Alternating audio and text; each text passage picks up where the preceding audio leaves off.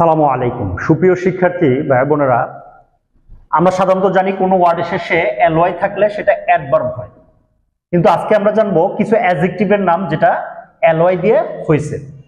হ্যাঁ, সাধারণত আমরা অ্যাডভার্ব চিনি, যেমন রেগুলারলি, কারণ আমরা জানি রেগুলারলি, তারপরে অনেস্টলি, সিনসিয়ারলি, এই শব্দগুলো অ্যাডভার্ব, কারণ ওগুলো অ্যাডজেক্টিভের শেষে অ্যালয়। কিন্তু নাউনের শেষে অ্যালয় কিন্তু অ্যাডভার্ব না, নাউনের শেষে অ্যালয় কিন্তু ওগুলো অ্যাডজেক্টিভ।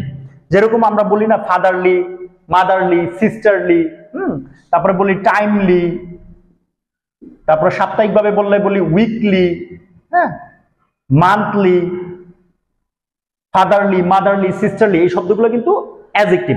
তাছাড়া কিছু শব্দ আছে নাউনের শেষে অ্যালয় না, তারপরেও হ্যাঁ অ্যাডজেক্টিভ, যেমন লাভলি মানে কি প্রাণবন্ত, হ্যাঁ, বা লাইভলি, লাভলি, লাইভলি, তারপরে কস্টলি, হ্যাঁ, এই শব্দটা লোনলি, লোনও অ্যাডজেক্টিভ, লনলিও অ্যাডজেক্টিভ, একাকী।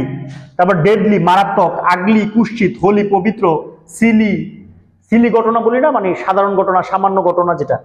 লাইকলি সম্ভবত, হোমলি সাদাসিধা, আর্লি, হ্যাঁ আর্লি আওয়ার যে শব্দটা আমরা ইউজ করি আর্লি, তারপরে কুর্টলি ভদ্র, বিস্টলি, বিস্ট মানে পশু, এটা এমনিও নাউন, তারপরে অ্যালয়, তাহলে তো অ্যাডজেক্টিভ হবে, নাউনের শেষে অ্যালয়, বিস্টলি পশুর মতো।